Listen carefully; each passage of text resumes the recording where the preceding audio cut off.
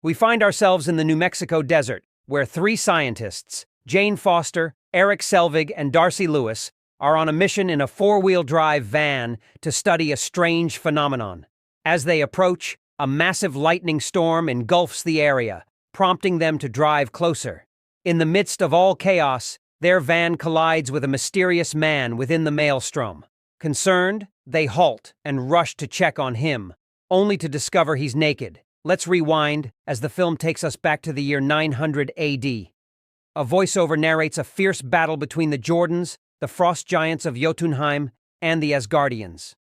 The Asgardians emerge victorious. They stumble upon a powerful artifact known as the Casket of Ancient Winters, capable of repelling any force. Odin addresses his two sons, the vibrant blonde Thor and the introspective dark-haired Loki.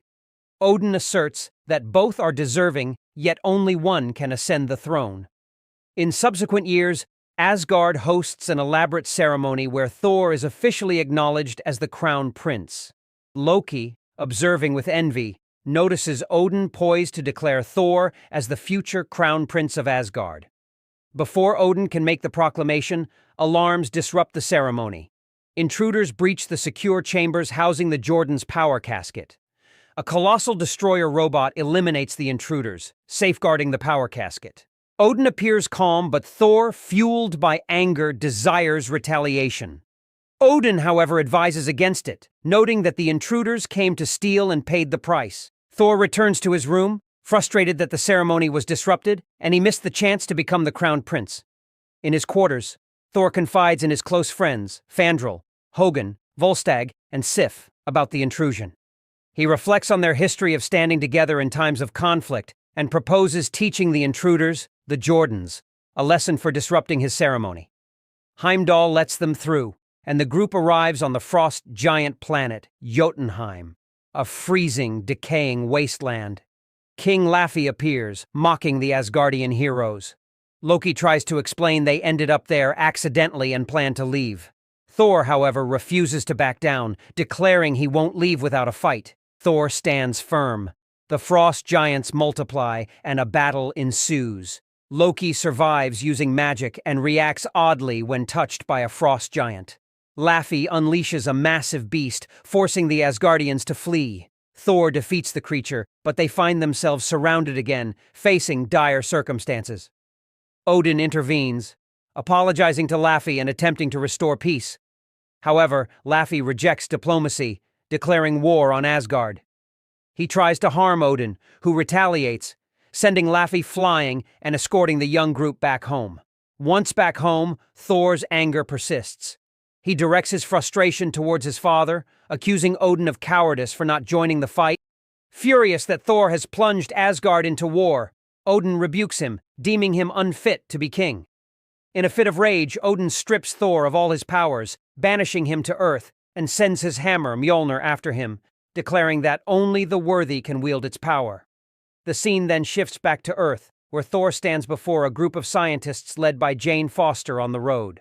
They ride away, taking him to a hospital. The next morning, he wakes up and notices his weapon, Mjolnir, is missing. Angry, he beats up the doctors in his room and leaves the hospital.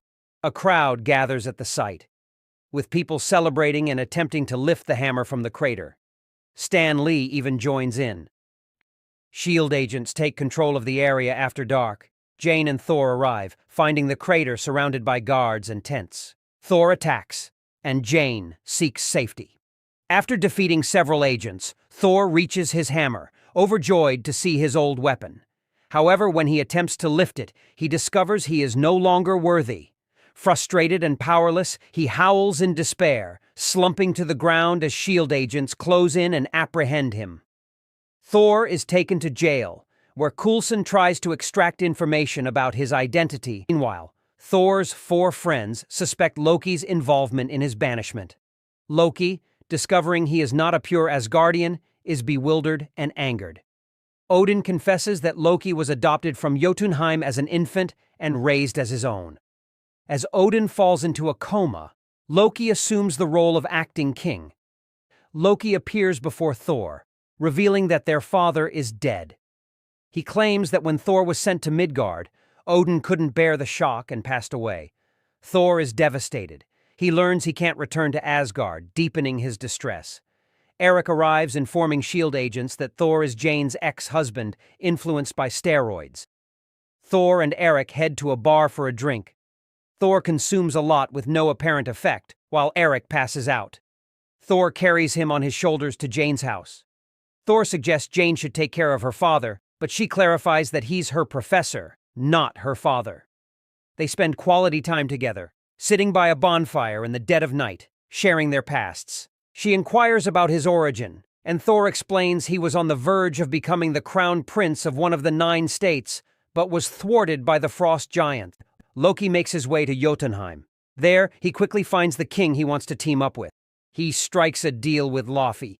Let them into Asgard again, kill Odin, take the casket, and in return, they get to head home in peace. Thor's buddies catch wind of his shady plan. Thor's pals decide it's time to clue in Thor. They zip over to Midgard, find Thor, and spill all the beans, including the news that his dad is still kicking.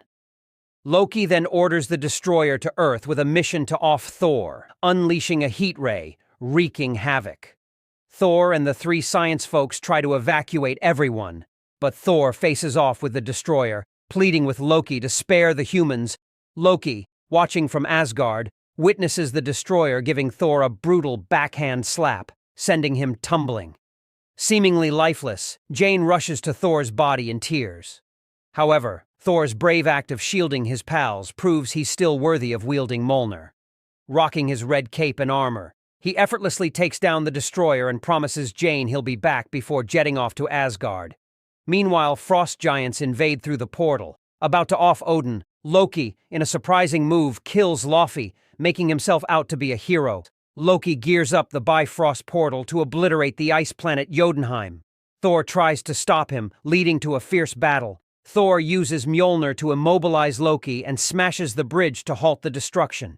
As everything crumbles, the brothers plummet into space, but Odin saves Thor, who clings to Loki's apparent demise. Loki concedes, allowing himself to fall off the disappearing Bifrost bridge into the abyss. Asgard seems normal again, but Odin is saddened by the outcome. Thor longs for Jane, but Heimdall assures him she's on the lookout.